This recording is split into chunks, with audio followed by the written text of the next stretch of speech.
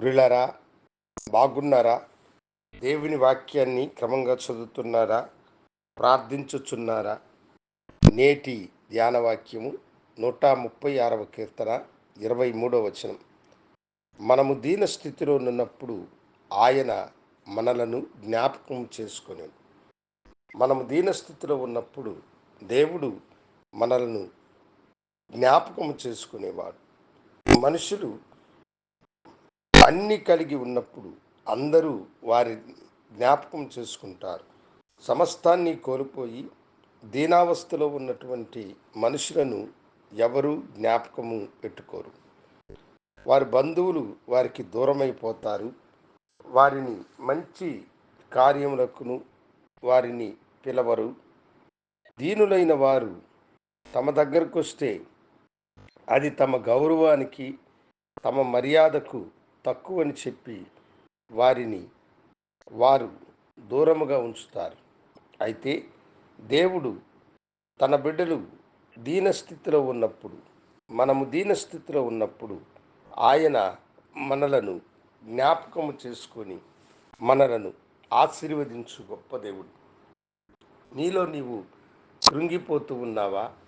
నేను దీనస్థితిలో ఉన్నాను, నా దగ్గర ఏమీ లేదు, నాకున్నదంతా కూడా తరిగిపోయినది, నాకున్నదంతా కూడా లేకుండా పోయినది, ఈ దీనస్థితిలో నన్ను జ్ఞాపకం చేసుకుని వారు ఎవరని నీవు అనుకుంటున్నావా?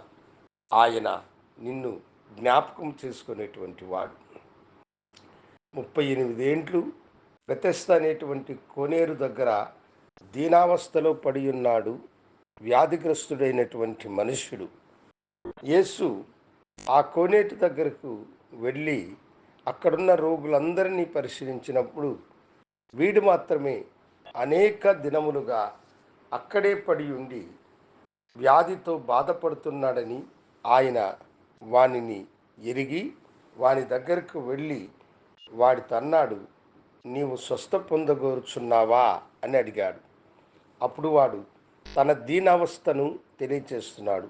అయ్యా, నేను కోనేటి నీళ్ళలో దిగడానికంటే ముందు ఎవరో ఒకరు దిగి స్వస్థత పొందుచున్నారు.